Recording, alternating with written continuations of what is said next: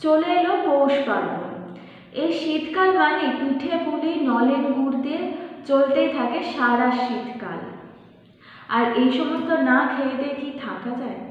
কিন্তু যারা ওবেসিটি বা ডায়াবেটিস এই সমস্ত সমস্যায় ভুগছেন তারা আবার এই শীতকালটায় বেশ চিন্তায় পড়ে যান যে পিঠে পুলি বা নলেন গুড় আদৌ খাওয়া যাবে নাকি যাবে না।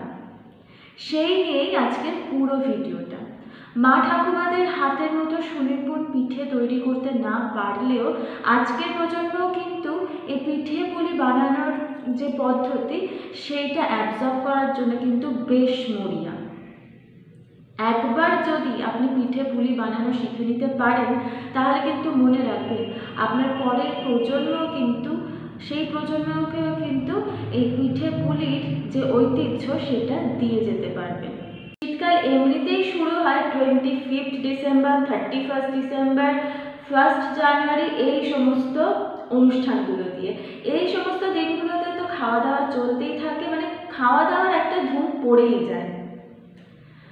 কোনো দিন পার্টি তো কোনো দিন পিকনিক, এছাড়াও রয়েছে নানান ধরনের সামাজিক প্রোগ্রামগুলো। সামাজিক অনুষ্ঠান অর্থাৎ বিয়ে বাড়ি, ফ্যামিলি গেট টুগেদার এই সময় বেশি হয়ে থাকে। কেউ যদি বিয়ে করতে চলেছেন তাহলে তার আগে তো প্রিয়জনদের কাছ থেকে পর আইবুড়ো ভাত পেয়েই চলছেন। তাহলে আর বাঙালিদের খাওয়া দাওয়া বা নিমন্ত্রণ মানে সেখানে পেট পুরে খাওয়া দাওয়া তো থাকবেই। তাই এই শীতকালে অনেকে একটু চিন্তায় পড়ে যান, এই যে এত নিমন্ত্রণ, পার্টি, পিকনিক সব কিছু করে আপনি কিভাবে নিজেকে মেনটেন করবেন বা নিজের শরীরটা কিভাবে সুস্থ রাখবেন। শীতকাল মানে পিঠে পুলির সময়। পুলি পিঠে, গুড় দিয়ে সরু চুকলি, নলেন গুড়ের পায়েস, তাছাড়া দুধ পুলি, পাটি সাপটা এই সমস্ত পিঠে চলছে সব জায়গায়। তাই এই সমস্ত খাবার থেকে নিজেকে সামলানো খুবই কঠিন। তাই এগুলি খেয়েও নিজেকে কিভাবে সুস্থ রাখবেন কোনো রকম হেলথ প্রবলেম ছাড়াই, সেটা আসুন জেনে নিন। শীতকালে আরামের ঘুম থেকে কারোরই উঠতে ইচ্ছা করে না, তাই এই সময় বিকালবেলা বা সন্ধ্যের দিকে আপনি হাঁটতে পারেন।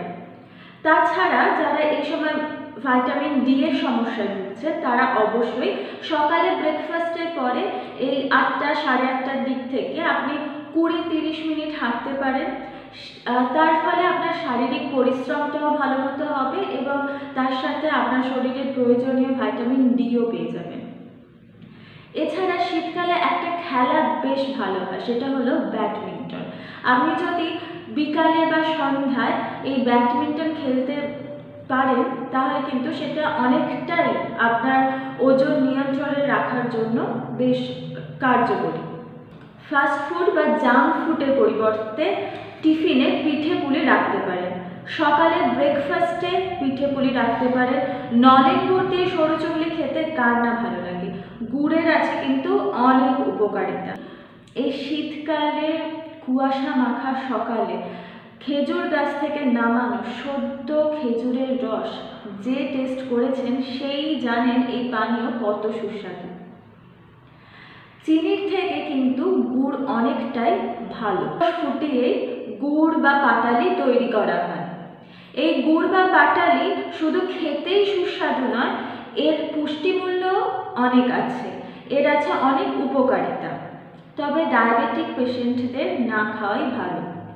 তবে যদি খুব ইচ্ছা করে এই সময় তাহলে 1 থেকে 2 চামচ খেতে পারেন। আর এই চিনির থেকে কিন্তু গুড় অনেকাংশেই ভালো, অর্থাৎ চিনির যে পুষ্টিগুণ তার থেকে কিন্তু গুড়ের পুষ্টিগুণ বা নিউট্রিটিভ ভ্যালু। চিনিতে অনেক সময় অনেক নানান ধরনের কেমিক্যালস মেশানো হয়ে থাকে, কিন্তু গুড়ের ক্ষেত্রে আবার ব্যাপারটা উল্টো। সেখানে কিন্তু আপনি অনেক ন্যাচারাল বা ফাইটিক উপাদান পেয়ে যাচ্ছেন বা মিনারেলস পেয়ে যাচ্ছেন, অর্থাৎ নানান দিক থেকে গুড়ের পুষ্টিগুণ কিন্তু চিনির থেকে অনেকটাই বেশি। চিনির মধ্যে না আছে কোনো প্রোটিন, না কোনো ফ্যাট, মিনারেলস আর ভাইটামিনস। অন্যদিকে 100 গ্রাম গুড় সেখানে দিচ্ছে 375 কিলো ক্যালোরি, যেখানে 100 গ্রাম চিনি থেকে পাচ্ছেন মোটামুটি 387 কিলো ক্যালোরি। অর্থাৎ আপনি কিন্তু গুড় খেলে অপেক্ষাকৃত কম কিলো ক্যালোরি গেইন করছেন। 100 গ্রাম গুড়ে সুক্রোজ আছে 65 থেকে 85 গ্রাম, গ্লুকোজ আছে 10 থেকে 15 গ্রাম, প্রোটিন 280 মিলিগ্রাম, পটাশিয়াম 1056 গ্রাম, ম্যাগনেসিয়াম আছে 70 থেকে 90 mg, ক্যালসিয়াম আছে 40 থেকে 100 mg। এছাড়া আয়রন বা ফেরাস আছে 11 mg, ভাইটামিন এ আছে 3.8 মিলিগ্রাম, ভাইটামিন সি আছে 7 মিলিগ্রাম, ভাইটামিন ই 111 অর্থাৎ 111 mg। অর্থাৎ ইম্পর্টেন্ট কথা হলো 100 গ্রাম গুড়ের কথা যেটা বললাম সেটা কিন্তু মোটামুটি হাফ কাপ গুড়ের মতো। তো অবশ্যই আপনি একসাথে এতটা গুড় খাবেন না, মোটামুটি 15 থেকে 20 গ্রাম গুড় কনজিউম করতে পারেন। অন্যদিকে গুড় চিনির থেকে বেশি chemically complex, consists of longer chains of sucrose।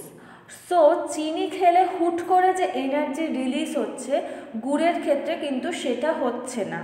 তাই গুড় চিনির থেকে স্লাইটলি বেটার অপশন। তাই চিনির পরিবর্তে অবশ্যই খুব কম পরিমাণে গুড় খাওয়া যেতেই পারে।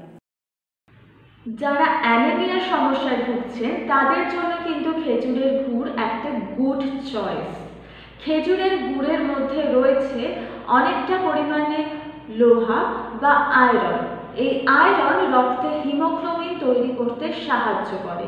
তাই প্রতিদিন অল্প পরিমাণে খেজুরের গুড় আপনি খেলে আপনার হিমোগ্লোবিনের মাত্রাও সঠিক থাকবে এবং অ্যানিমিয়া প্রতিরোধ করতেও সক্ষম হবে।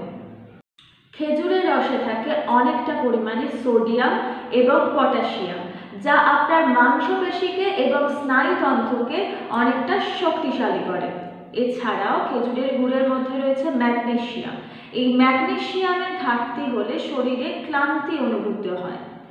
তাই খেজুরের গুড় এর মধ্যে প্রচুর পরিমাণে ম্যাগনেসিয়াম থাকার কারণে খেজুরের গুড় খেলে কিন্তু আপনি কাজ করারও অনেকটা এনার্জি পেয়ে যান। তাই চিনির থেকে গুড় স্লাইটলি বেটার অপশন। আপনি চিনির পরিবর্তে অবশ্যই কম পরিমাণে গুড় খেতে পারেন। গুড়কে বা খেজুরের রসকে এই জন্য প্রাকৃতিক এনার্জি ড্রিঙ্কস বলা হয়ে থাকে। প্রচুর পরিমাণে ভাইটামিনস এবং মিনারেলস থাকার কারণে এই খেজুরের গুড় আপনার অনাক্রম্যতা বা রোগ প্রতিরোধ ক্ষমতা বাড়ায়। শরীর অনেকক্ষণ গরম থাকে, এছাড়া সর্দি কাশির হাত থেকেও কিন্তু বাঁচায়।